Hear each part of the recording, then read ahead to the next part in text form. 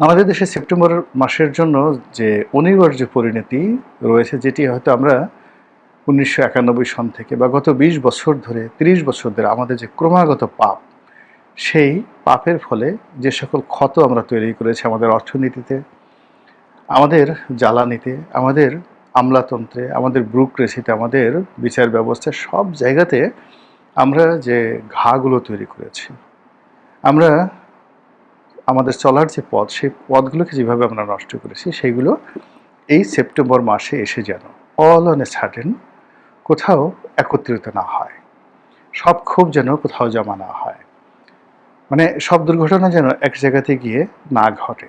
এই জন্য আসলে মূলত আমাদেরকে সতর্ক হতে হবে।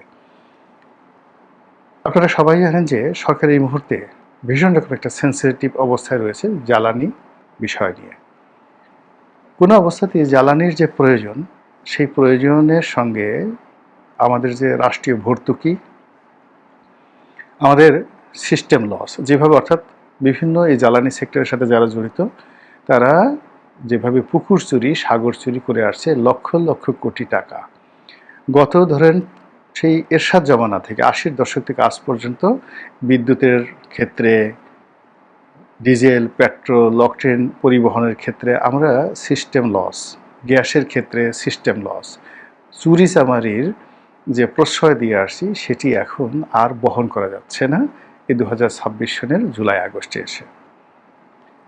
ইন ডিটেলস এটা নিয়ে আলাদা একটা ভিডিও হতে পারে। বাস্তবতা হলো যে এখানে আমাদের লোকেরা, হাজার হাজার নয়, লাখ লাখ লোকেরা, সরকারি কর্মকর্তা, বেসরকারি লোকজন, ভোক্তা, ব্যক্তি পর্যায়ের লোকজন, যত লোক এই গ্যাস চুরি করছে, বিদ্যুৎ চুরি করছে, ডিজেল চুরি করছে, এটার ভার রাষ্ট্র এতকাল বহন করলেও আমরা এই গত ২ বছর ধরে আর বহন করতে পারছি না। সারা পৃথিবীর অর্থনীতির কারণে আমরা এখানে যে সাবসিডিজ দেবো সেটা পাচ্ছি না।